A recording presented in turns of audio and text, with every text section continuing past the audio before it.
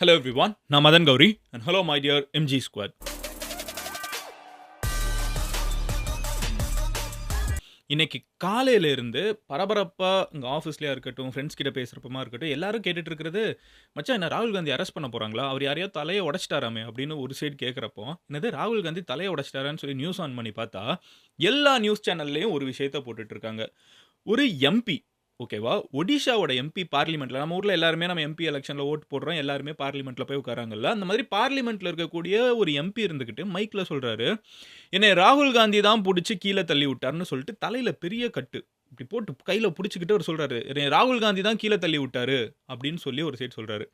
ராகுல் காந்தியா அவர பார்க்க வராரு. அதுவும் விஷுவலா இருக்குது. வந்து "என்னாச்சு, என்னாச்சு?" அப்படின்லாம் கேட்கிறப்போ சுத்தி இருக்கிறவங்கலாம், "யோவ்!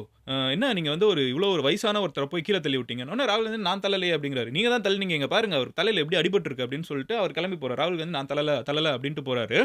அங்க இருக்கிற சுத்தி இருக்கிற எம்பிஸ்லாம் இருந்துகிட்டு, "ராகுல் காந்தி தான் தள்ளி விட்டாரு பாருங்க. இவர் தள்ளி விட்டதுனால இவர் தலையில இவ்ளோ பெருசா அடிபட்டுருச்சுங்கிறாங்க." என்னடா ராகுல் காந்தி இன்னொரு எம்பிய வந்து புடிச்சு தள்ளி விட்டு அவர் தலையில வந்து அடிபட்டுருச்சாம். மண்டைய பொளந்துட்டாங்கங்கிற அளவுக்கு வந்து எல்லா இடத்துலயும் பேசிட்டு இருக்காங்க. இன்னொரு சைடு நீங்க பார்த்தீங்கன்னா, இன்னொரு ஒரு எம்பி வந்து ராகுல் காந்தி தள்ளி விட்டு அவர் ஐசியூல போய் அட்மிட் ஆயிருக்காரு ஹாஸ்பிட்டல்ல. அவர்னால பேசக்கூட முடியல. அவர் டைரக்ட்டா ஹாஸ்பிட்டல் போய்ட்டாரு. பிரைம் மினிஸ்டர் வந்து அவர்ட்ட கால் பண்ணி நல்லா இருக்கீங்களான்னு கேட்டுட்டு இருக்காரு. இன்னைக்கு காலையில இருந்து இந்த ஒரு சீன் தான் எல்லா மீடியா ஹவுஸ்லயும் ஓடிட்டு இருக்குது. அப்பா, அம்மா யாராவது வீட்ல நியூஸ் பேப்பர் வாசிச்சுட்டு இருப்பாங்க. நாளைக்கு காலையில எடுத்து நியூஸ் பேப்பர் ஹெட்லைன் பாருங்க. இதா தான் இருக்கும். ராகுல் காந்தி வந்து 2 எம்பிஸ தாக்கி அவங்களுக்கு வந்து உடம்பெல்லாம் வந்து காயம் ஏற்பட்டு அவங்க ஹாஸ்பிட்டல்ல ஐசியூல இருக்காங்க. இந்த வீடியோ எடுக்கிறப்ப 2 பேருமே ஐசியூல இருக்காங்கங்கிற வேற நம்மளால பார்க்க முடியுது. என்ன நடந்துச்சு? ராகுல் காந்தி லீடர் அங்க அப்போசிஷன்ல இருக்கிற ஒரு லீடர். இந்தியால ஒரு ஃபேமஸான ஒருத்தர். அவரு எதுக்கு வந்து எம்பிஸ புடிச்சு கீழ தள்ளி விட்டாரா? தலையில அடிபட்டுருக்குங்கிறாங்க. இதோட வெளிப்பாடா வந்து ராகுல் காந்தி மேல என்ன ஆக்ஷன் எடுப்பாங்க? அப்படின்னு நெறைய கொஸ்டின்ஸ் இருக்கும்ல. இன்னைக்கு வீடியோல நம்ம அதெல்லாம் தான் பார்க்க போறோம். பட் அத பார்க்க ஆரம்பிக்கிறதுக்கு முன்னாடி, இந்த மாதிரி பரவலா வேர்ல்டு ஃபுல்லா நடக்கக்கூடிய விஷயங்கள உங்ககிட்ட டெய்லி 10 நிமிஷத்துல வந்து நான் சேர்க்கணுங்கிறது தான் என்னோட கோல். உங்களுக்கு இது டெய்லி என்ன நடந்துட்டு இருக்கு? எனக்கு சிம்பிளா தெரியணும்ப்பா அப்படின்னு நெனச்சீங்கன்னா, சேனல சப்ஸ்கிரைப் பண்ணி எம்ஜி ஸ்குவாட்ல சேருங்க. எனிவே ஃபர்ஸ்ட் விஷயம் என்ன அப்படின்னு பார்த்தீங்கன்னா, இந்த பிரச்சனை எல்லாம் ஆரம்பிச்ச இடத்துலேருந்து வர ஆரம்பிக்கிறேன். திடீர்னு புடிச்சு தள்ளுனாங்க, கீழ விழுந்திருக்காங்க, மண்டை உடைஞ்சிருக்குன்னுலாம் சொன்னா புரியாது. ஸோ முன்னாடிலேருந்து எங்க நடக்குதுங்கிறது, என்ன நடந்துட்டு இருக்குங்கிறத நம்ம கொஞ்சம் ஸ்டார்ட்டிங்லேருந்தே பார்க்க ஆரம்பிப்போம். ஸோ பார்லிமெண்ட்ல இன்னைக்கு தான் லாஸ்ட் டே. வின்டர் செஷனோட லாஸ்ட் டே ஓகேவா? ஒரு டைமும் பார்லிமெண்ட்ல வந்து இந்த காலகட்டத்தில எல்லாரும் ஒண்ணா சேர்ந்து இந்தியால இருக்கக்கூடிய எல்லா விஷயத்தையும் டிபேட் பண்ணுவாங்க. லீடரா அந்த ஆளுங்கட்சி சில விஷயங்கள சொல்லுவாங்க. இதெல்லாம் மாத்தப் போறோம்பாங்க. எதிர்க்கட்சி அதுக்கு எதிர்ப்பு தெரிவிப்பாங்க. இல்ல சில விஷயங்களுக்கு சப்போர்ட் தெரிவிப்பாங்க. ஸோ இந்த மாதிரி முன்ன பின்ன எல்லா கட்சிகளும் ஒண்ணா சேர்ந்து பேசக்கூடிய ஒரு காலகட்டம். ஓகேவா? ஸோ இந்த ஒரு பர்ட்டிகுலர் டயத்துல தான் இந்தியாவோட ஹோம் மினிஸ்டர் அவர் வந்து ஒரு ஸ்பீச் குடுக்குறாரு. இது வந்து ஒரு 2 டேஸ் முன்னாடி நடக்குது. ஸோ அமித் ஷா வந்து பேசுறப்ப என்ன சொல்றாங்கன்னு பார்த்தீங்கன்னா, அவங்க சொல்றாங்க, இப்போலாம் வந்து வர வர அம்பேத்கர் அப்படின்னு சொல்றது வந்து ஃபேஷன் ஆயிடுச்சு. இவ்ளோ அம்பேத்கரோட பேர சொல்றதுக்கு வந்து, நீங்க ஏதாவது கடவுளோட பேர சொன்னீங்கன்னா, நீங்க வந்து சொர்க்கத்துக்காவது போவீங்க அப்படிங்கிற மாதிரி ஒரு ஸ்டேட்மெண்ட் மேக் பண்றாங்க. அது ஒரு பெரிய ஸ்பீச்சோட ஸ்டார்ட்டிங் போர்ஷன் இது. இப்ப இந்த ஒரு விஷயம் இருக்குல்ல, இது வந்து அப்போசிஷன் காங்கிரஸ், அப்புறம் மத்த கட்சிகள், இங்க டிஎம்கே இவங்க எல்லாத்தையுமே வந்து பயங்கரமா ட்ரிகர் பண்ணிடுச்சு. அவங்க என்ன சொல்றாங்கன்னா, அம்பேத்கர அவமதிச்சுட்டாங்க. பிஜேபி அமித் ஷா வந்து அம்பேத்கர அவமதிச்சுட்டாங்க. அமித் ஷா வந்து அப்பாலஜைஸ் பண்ணணும் அப்படின்னு சொல்லிட்டு இவங்க எல்லாருமே ஒண்ணா சேர்ந்து புரொடெஸ்ட் பண்றாங்க. அம்பேத்கர வந்து இன்னைக்கு சொல்றது ஃபேஷன் ஆயிடுச்சுங்கிறாங்கல்ல. ஸோ இவங்க என்ன சொல்றாங்கன்னா, அம்பேத்கர் வந்து சொல்றது ஃபேஷனுக்காக இல்ல. அம்பேத்கர் தான் இந்தியாவே பில்ட் பண்ணியிருக்காரு. நீங்க இப்படி வந்து அம்பேத்கர அவமதிச்சுட்டீங்க அப்படின்னு சொல்லிட்டு காங்கிரஸ் சைடு, டிஎம்கே சைடு வந்து பெரிய புரொடெஸ்ட் நடக்க ஆரம்பிக்குது. இது எப்படி ஆரம்பிக்குதுன்னு பார்த்தீங்கன்னா, அடுத்த நாள் நேத்திக்கு ஐ திங்க் ஃபுல்லாவே வந்து சோசியல் மீடியால எல்லாருமே வந்து அம்பேத்கர வந்து ஏன் இந்தியாவுக்கு முக்கியம்? கான்ஸ்டிடியூஷனோட ஃபாதர், நம்ம வந்து இந்தியாவோட இந்த சோசியல் ஜஸ்டிஸோட ஆர்க்கிடெக்ட் இதெல்லாம் சொல்லி இந்தியால இருக்கக்கூடிய எல்லா எதிர்க்கட்சிகளும் டிஎம்கேல ஆரம்பிச்சு தமிழக வெற்றிக் கழகம் வரைக்கும் எல்லாருமே வந்து ஒரு போஸ்ட் அம்பேத்கருக்கு வந்து என்னைக்குமே அம்பேத்கர பேசுறது ஃபேஷன் தான். அம்பேத்கர வந்து இன்னைக்கு பேசுறது ஃபேஷன் கிடையாது. என்னைக்குமே அம்பேத்கர பேசுறது தான் சரியான விஷயம். அம்பேத்கர் வந்து இந்தியாவுக்கு எவ்வளோ முக்கியமான ஒருத்தங்க அப்படிங்கிறத வந்து சோசியல் மீடியால போட ஆரம்பிச்சாங்க. இது வந்து ரொம்ப பெரிய விஷயம் ஆயிடுச்சு. இது நம்ம ஊர்ல மட்டும் இல்ல. இந்தியா ஃபுல்லா வந்து ஒரு செகண்ட்ல என்ன ஆயிடுச்சுன்னா, பிஜேபி வந்து அம்பேத்கருக்கு அகைன்ஸ்டான ஒரு பெர்சன். பிஜேபி வந்து அம்பேத்கரை இல் ட்ரீட் பண்ணிட்டாங்கன்னு ஆயிடுச்சு. ஸோ பிஜேபி என்ன பண்றாங்கன்னா, நாங்க எப்போ அம்பேத்கரை இல் ட்ரீட் பண்ணோம்? கான்ஸ்டிடியூஷன் ஆரம்பிச்ச காலகட்டத்திலிருந்து இன்னைக்கு வரைக்கும் காங்கிரஸ் தான் வந்து அம்பேத்கர டிஸ்ரெஸ்பெக்ட் பண்ணிட்டே இருக்காங்க. நெஹ்ரு வந்து அம்பேத்கர் எப்படிலாம் டிஸ்ரெஸ்பெக்ட் பண்ணியிருக்காங்க தெரியுமா? அமித் ஷா வந்து சொல்றது, இந்த காலகட்டத்தில முந்தைய காலகட்டத்தில காங்கிரஸ் வந்து எப்படி டிஸ்ரெஸ்பெக்ட் பண்ணாங்கங்கிறது தான் வந்து சொல்லிட்டு பிரைம் மினிஸ்டர் பேசுறாங்க. சுத்தி இருக்கிற பிஜேபி லீடர்ஸ் எல்லாருமே வந்து அமித் ஷா பேசினது கரெக்ட்டு. ஆக்சுவலா அம்பேத்கர வந்து சிஸ்டமேட்டிக்கா டிஸ்ரெஸ்பெக்ட் பண்ணியிருக்கிறது வந்து காங்கிரஸ் தான் அப்படின்னு சொல்லிட்டு அவங்க வந்து பதிலுக்கு சொல்றாங்க. பிரைம் மினிஸ்டர் இத பத்தி ட்வீட் பண்றாங்க. சுத்தி இருக்கிற எல்லாருமே வந்து பேசுறாங்க. ஸோ பேசிக்கா அம்பேத்கர் அப்படின்னு சொல்லப்படக்கூடிய இந்த ஒரு டாலிங் ஃபிகர் ஓகேவா? ஸோ அவங்கள வந்து காங்கிரஸ் என்ன சொல்றாங்கன்னா, அமித் ஷா வந்து பேசுறப்போ டிஸ்ரெஸ்பெக்ட் பண்ணிட்டாங்கன்னும், பிஜேபி என்ன சொல்றாங்கன்னா, நம்ம ஊர்ல வந்து அம்பேத்கர் வாழ்ந்த காலகட்டத்திலிருந்து இன்னைக்கு வரைக்கும் அவர டிஸ்ரெஸ்பெக்ட் பண்ணிருக்கிறது காங்கிரஸ் தான் அப்படின்னு சொல்றாங்க. காங்கிரஸோட கோரிக்கை என்னன்னா, அமித் ஷா பேசினதுல தப்பு இருக்கு. அதனால அமித் ஷா வந்து அப்பாலஜைஸ் பண்ணணும்னு. பிஜேபி சொல்றது வரலாற்றிலேயே வந்து ஃபுல்லாவே காங்கிரஸ் தான் வந்து அம்பேத்கர டிஸ்ரெஸ்பெக்ட் பண்ணிட்டாங்கன்னு சொல்றாங்க. ஸோ இந்த பஞ்சாயத்து பெருசா போயிட்டு இருக்குது. இந்த நேரத்தில தான் காங்கிரஸ் அண்ட் பிஜேபி 2 பேருமே அம்பேத்கர டிஸ்ரெஸ்பெக்ட் பண்ண காரணத்துக்காக வந்து ஒரு பெரிய புரொட்டஸ்ட்ட பிளான் பண்றாங்க. இந்த புரொட்டஸ்ட் வந்து பார்லிமென்ட்ல நடக்குது. இன்னைக்கு தான் வந்து பார்லிமென்ட்டோட வின்டர் செஷனோட லாஸ்ட் டே. ஸோ அம்பேத்கர வந்து டிஸ்ரெஸ்பெக்ட் பண்ணிட்டாங்கன்னு காங்கிரஸும் சொல்றாங்க, பிஜேபியும் சொல்றாங்க. இந்த நேரத்தில அடுத்து வந்து எப்படி திடீர்னு தலையெல்லாம் இதில உடைய ஆரம்பிச்சுச்சுன்னு தானே கேட்கிறீங்க. அத நான் உங்ககிட்ட சொல்லப் போறேன். அதே மாதிரி நீங்க உங்களுக்கு இன்னைக்கு இருக்கிற மனிய வச்சு உங்களோட ஃபியூச்சர் எல்லாம் சேவ் பண்ணணும்னு நினைச்சீங்கன்னா, மணி சேவ் பண்றதுக்கு பெஸ்ட் ஆப்ஷன் பேங்க்ன்னு யோசிச்சோம்னா, பேங்க்ல நம்ம ஜெனரலா சேர்த்து வைக்கிறப்போ அவங்க இன்ட்ரெஸ்ட்லாம் குடுத்து பார்த்தீங்கன்னா, ஒரு 5-7% வந்து அப்ரிஷியேட் ஆகும். மோஸ்ட் ஆஃப் தி டைம் இந்த 5-7% விட நம்மளோட இன்ஃப்ளேஷனே அதிகமாயிடும். ஸோ நம்மளோட ஃபியூச்சர வந்து இன்னும் செக்யூர் ஆக்கிக்கிறதுக்கு இத விட பெட்டரான ரிட்டர்ன்ஸ் குடுக்குற இன்வெஸ்ட்மென்ட் பண்றது 100% தேவையான விஷயம். இப்போ டாடாவோட டாடா ஏஏஏ அவங்களோட multi cap momentum quality index ஃபண்டா இன்ட்ரோடியூஸ் பண்ணியிருக்காங்க. இதுல நம்ம மினிமம் 2000ல இருந்தே இன்வெஸ்ட் பண்ணலாம். நல்ல ரிட்டர்ன் கிடைக்குங்கிற வாய்ப்பு இருக்குது. அண்ட் 100% உங்களோட இன்வெஸ்ட் பண்ற மணிக்கு கேரண்டி இருக்குன்னு வேற சொல்றாங்க. லாஸ்ட் 10 இயர்ஸ் இண்டெக்ஸ்ல ரிட்டர்ன் வந்து 22.9% வரைக்கும் இருக்குது. அது ஒரு எக்ஸாம்பிளுக்கு சொல்லணும்னா 2014ல நீங்க 1 லேக் இன்வெஸ்ட் பண்ணீங்கன்னா இப்போ அது 7.8 லேக்ஸா மாறி இருக்கும். அண்ட் டாடான்னு சொல்றப்பமே it's one of the most trusted brands. அதை பற்றி நம்ம பெருசாக எக்ஸ்பிளைன் பண்ண தேவையில்ல. இதில் இன்னொரு அடிஷனல் அட்வான்டேஜ் என்னன்னு பார்த்தீங்கன்னா, லைஃப் கவரும் 120 டைம்ஸ்க்கு கொடுக்குறாங்க. அண்ட் டாக்ஸ் பர்பஸ்க்கும் இதை யூஸ் பண்ணலாம். இது என்ஆர்ஐஸ்க்கும் நல்ல ஆப்பர்ச்சுனிட்டி. ஜென்ரலாகவே நீங்கள் 18,000 மந்த்லி இன்வெஸ்ட் பண்ணீங்கன்னா 20 இயர்ஸில் அது 2 crore வரைக்கும் போகக்கூட வாய்ப்பு இருக்குது. ஆனால் இவ்வளோ பயங்கரமான ஒரு ஆப்பர்ச்சுனிட்டிக்கு ஒரு கேட்சும் வச்சிருக்காங்க. வர்ற டிசம்பர் 31 வரைக்கும் மட்டும்தான் நீங்கள் இதை வாங்க முடியும். அதுக்கப்புறம் வாங்க முடியாது. ஸோ அதுக்குள்ளே யார் யார் வாங்கணும்னு நினைக்கிறீங்களோ ட்ரை பண்ணி பாருங்க. அதுக்கான லிங்க் டிஸ்கிரிப்ஷனில் இருக்குது.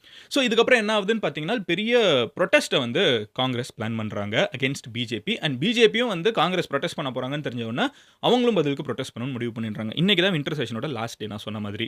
இதுக்கப்புறம் மறுபடியும் பார்லிமெண்ட்ல இப்படி 2 பேரும் மூஞ்சிக்கு பார்த்துக்க மாட்டாங்க இந்த வின்டர் செஷன்ல.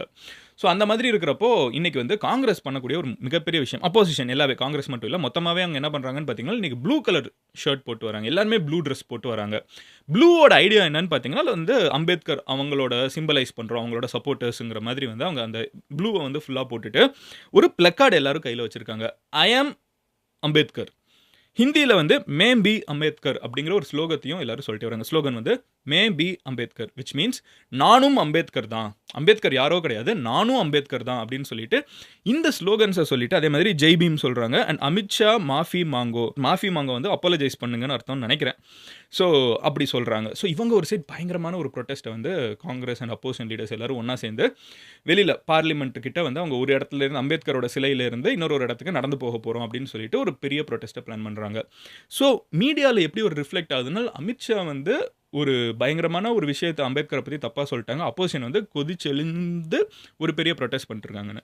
பிஜேபி என்ன பண்ணுறாங்கன்னா, பிஜேபி எம்பிஸ்லாம் இருப்பாங்களா, ஆளுங்கட்சி எம்பிஸ், அவங்க வந்து கவுண்டர் ப்ரொட்டஸ்ட் பண்ணுறாங்க. அவங்க என்ன சொல்கிறாங்கன்னா, காங்கிரஸ் இத்தனை வருஷம் வந்து அம்பேத்கர் அவமதிச்சிட்டாங்க. ஸோ இப்போ வந்து அவங்க வந்து அப்பாலஜைஸ் பண்ணணும், காங்கிரஸ் அப்பாலஜைஸ் பண்ணணும்னு சொல்லிட்டு பிஜேபி வந்து ஒரு பெரிய ப்ரொட்டஸ்ட் பண்ணுறாங்க. ஸோ யோசிச்சு பாருங்க, பார்லிமெண்ட்டில் திடீர்னு 2 ஆட்சி செய்கிற கட்சியும் சரி, ஆட்சி செய்யறதுக்கு எதிராக இருக்கிற எதிர்க்கட்சியும் சரி, 2 பேருமே வந்து இறங்கி ப்ரொட்டஸ்ட் பண்ணிருக்காங்க. இந்த ப்ரொட்டஸ்ட் வந்து இவங்க ஒரு சைடு போயிட்டு இந்த சைடு வந்துட்டு இருக்காங்க. இப்போ காங்கிரஸ் தரப்புல என்ன சொல்றாங்கன்னா, நாங்க தாண்டி போகணும், ஆனா எங்களை போக வழிவிட மாட்டேங்கிறாங்க, எங்களை கம்ப்ளீட்டா வழிமறிச்சிட்டு இருக்காங்க.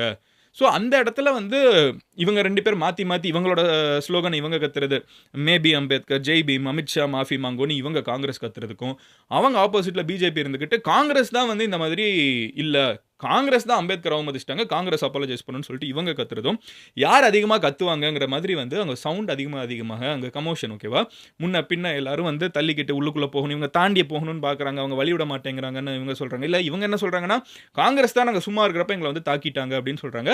பட் அங்கே வந்து ஒரு தள்ளுமுள்ளு ஏற்பட்டிருக்கு.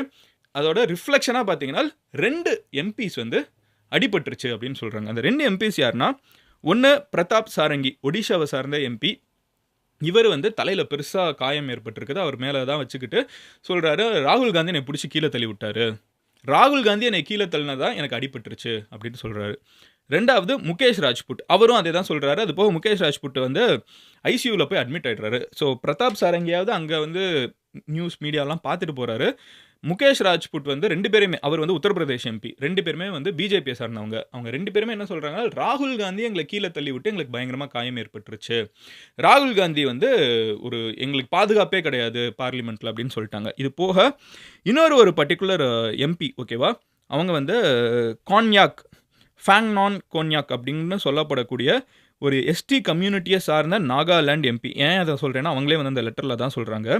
நான் வந்து இந்த ஒரு லேடி மெம்பர் எம்பி பார்லிமெண்ட்ல, ஏன் நான் வந்து என்னோட டெமோக்ராட்டிக் ரைட்டா வந்து நான் ப்ரொடெஸ்ட் பண்ணிருக்கப்ப ராகுல் காந்தி என் கிட்ட ரொம்ப வந்தாங்க. வந்துட்டு என்னை பார்த்து கத்துனாங்க. எனக்கு இந்த நாட்டில வந்து ஒரு சேஃப்டியே இல்லாத மாதிரி இருக்குது. எனக்கு தேவையானதை வந்து குடுக்க வேண்டியது உங்களோட பொறுப்பு. இது ரொம்ப தப்பு. இப்படி ஒருத்தர் வந்து பண்ணக்கூடாது. நான் ஒரு பெண்ங்கிறதுனால இவர் இந்த மாதிரி பண்றாரு. இது ரொம்ப தப்பான விஷயம்னு சொல்லிட்டு அவங்க ஒரு பார்லிமெண்ட்டோட மெம்பர் ஆஃப் பார்லிமெண்ட்டுக்குன்னு ஸ்பெஷல் லெட்டர் பேட் இருக்கும். அதிலேயே வந்து அவங்க ஒரு லெட்டர் ரிலீஸ் பண்றாங்க. இதெல்லாம் நடந்துட்டு இருக்கப்போ அப்போசிஷன் லீடர், ஓகேவா, மல்லிகார்ஜுனா கார்கே, இவர் தான் வந்து காங்கிரஸோட தலைவர். அவரும் பதிலுக்கு ஒரு லெட்டர் எழுதுறாரு. அந்த லெட்டர்ல அவர் என்ன சொல்றாருனால், இன்னைக்கு வந்து இந்த ப்ரொடெஸ்ட் நடந்துட்டு இருக்கப்போ நான் வந்து ஆல்ரெடி எனக்கு கால்ல சர்ஜரி இருக்குது. பிஜேபி எம்பிஸ் தள்ளி விட்டதுல நான் வந்து கீழயே விழுந்துட்டேன். என் முட்டியில ஆல்ரெடி எனக்கு சர்ஜரி பண்ணியிருக்காங்க. எனக்கு எவ்வளோ கஷ்டம் இருக்குன்னு தெரியுமான்னு சொல்லிட்டு காங்கிரஸும் ஒரு சைடு சொல்றாங்க. ஸோ பிஜேபி எம்பிஸும் கீழ விழுந்திருக்காங்கங்கிறாங்க. Mallikarjuna Kharge, leader of opposition, ஓகேவா, அவர் வந்து அப்படியே இங்க சைடு வந்து பிரைம் மினிஸ்டர்னா இந்த சைடு லீடர் ஆஃப் அப்போசிஷன் தான், ஹெட் அந்த மொத்த கூட்டத்துக்கு. ஸோ அவரும் வந்து என்னையும் பிடிச்சி தள்ளி விட்டாங்கன்னு சொல்லிட்டு அவரும் சொல்றாரு. ஸோ பேசிக்கா இன்னைக்கு பிஜேபி எம்பிஸ் 2 பேர் கீழ விழுந்துட்டு இருக்காங்க. லீடர் ஆஃப் அப்போசிஷனே வந்து கீழ விழுந்திருக்காரு. இந்த சைடு எம்பிஸை தள்ளி விட்டது ராகுல் காந்தின்னு சொல்றாங்க. இந்த சைடு தள்ளி விட்டது மொத்தமா பிஜேபி எம்பிஸ் எல்லாரும் சேர்ந்து மல்லிகார்ஜுன கார்கேவை தள்ளி விட்டாங்கன்னு சொல்றாங்க. ஸோ இதுதான் வந்து இன்னைக்கு வந்து பார்லிமெண்ட்ல நடந்திருக்கிறது. இதை தான் வந்து பரபரப்பா எல்லாரும் பேசிட்டு இருக்காங்க. உங்ககிட்ட முடிஞ்ச அளவுக்கு சிம்பிளா சொல்லிட்டேன். இதன் வெளிப்பாடா வந்து ராகுல் காந்தி மேல ஆக்ஷன் எடுக்கலாமான்னு கேட்டீங்கன்னா, யூ நெவர் நோ. பாலிடிக்ஸ்ல என்ன வேணாலும் நடக்கலாம் முன்ன பின்ன. But yeah, this is the overall scenario. நீங்க இதுல வந்து ராகுல் காந்தி உண்மையிலேயே பிடிச்சி தள்ளி விட்டுருப்பாங்கன்னு நினைக்கிறீங்களா? இல்லையா? அதெல்லாம் நான் கேட்க போறதில்ல. ஏன்னா அங்க என்ன நடந்துச்சுங்கிறது அவங்களுக்கு தான் தெரியும். பட் நான் மெயினா கேட்கணும்னு நினைக்கிறது என்னன்னு பார்த்தீங்கன்னா, நம்ம ஊர்ல பொலிட்டிஷியன்ஸ் இதெல்லாம் பார்லிமெண்ட் இதெல்லாம் பார்க்குறப்போ இந்த தள்ளி விடுறது, கிழிக்கிறது, உள்ளுக்குள்ள போய் இந்த மாதிரி விஷயங்கள்லாம் இருக்காம இருக்கிறதுக்கு ஒரு சொசைட்டியா நம்ம என்ன பண்ணணும்னு நினைக்கிறீங்க? தட்ஸ் மை ஹோல் கோல். இது வந்து பாலிடிக்ஸ் அப்படி இது இப்படி தான் இருக்கும்லாம் சொல்லிட்டு போனா, நம்ம ஊர்ல சட்டசபையில பார்த்துருக்கோம். நம்ம ஊர் தமிழ்நாட்டிலே பார்த்துருக்கோம். இதெல்லாம் நடக்கும். திடீர்னு சட்டையெல்லாம் கிழிச்சுப்பாங்க. அங்க வந்து புடிச்சு கீழ தள்ளி விடுறாங்க. இவங்க தான் வந்து வெளியில யாராவது ரோட்ல இதெல்லாம் பண்ணா தூக்கி ஜெயில்ல போடுறாங்க. அப்போ அவங்களே இதெல்லாம் பண்ணிட்டு இருந்தா எந்த விதத்துல நியாயமா இருக்குது? It doesn't look good. But இதெல்லாம் அவங்க பண்ணக்கூடாதுன்னா, மக்கள் நம்ம என்ன பண்ணணும்? நம்ம இதெல்லாம் பண்ணக்கூடாது. நம்மளுக்கு சட்டங்கள் வச்சிருக்காங்கல்ல. அவங்க இந்த மாதிரி பண்ணக்கூடாதுன்னா, நம்ம என்ன பண்ணணும்னு நினைக்கிறீங்கங்கிறத கமெண்ட்ல சொல்லுங்க. இது வந்து பார்ட்டி நியூட்ரல். எல்லா கட்சியிலேருந்தும் கீழ விழுந்திருக்காங்க. ஸோ இதுக்கு வந்து நம்ம என்ன சொல்யூஷன், ஒரு மக்களா நம்ம வந்து என்ன அவங்க கிட்ட சொன்னா இதெல்லாம் நடக்காதுன்னு நினைக்கிறீங்கங்கிறத கமெண்ட்ல சொல்லுங்க. உங்க ஃப்ரெண்ட்ஸ் யாராவது என்ன நடந்துச்சுன்னே தெரியாம காம்ப்ளிகேட்டடா இருந்தாங்கன்னா, அவங்க கிட்ட இந்த வீடியோ ஷேர் பண்ணி இதான் நடந்துச்சுங்கிறத சொல்லுங்க. I'll see you tomorrow. Love you all. Take care. And நீங்க ஆல்ரெடி வீடியோவில் சொன்ன மாதிரி நீங்கள் டாடா ஏஐயில் இன்வெஸ்ட் பண்ணணும்னு நினச்சிங்கன்னா அதுக்கான லிங்க் வந்து டிஸ்கிரிப்ஷனில் இருக்குது. அண்ட் 2000லேருந்தே இன்வெஸ்ட் பண்ண ஆரம்பிச்சிடலாம். December 31 தான் லாஸ்ட் டேட். ஸோ யா, உங்களுக்கு அது பிடிச்சிருந்துச்சுன்னா இன்வெஸ்ட் பண்ணுறதுக்கு லிங்க் யூஸ் பண்ணுங்கள்.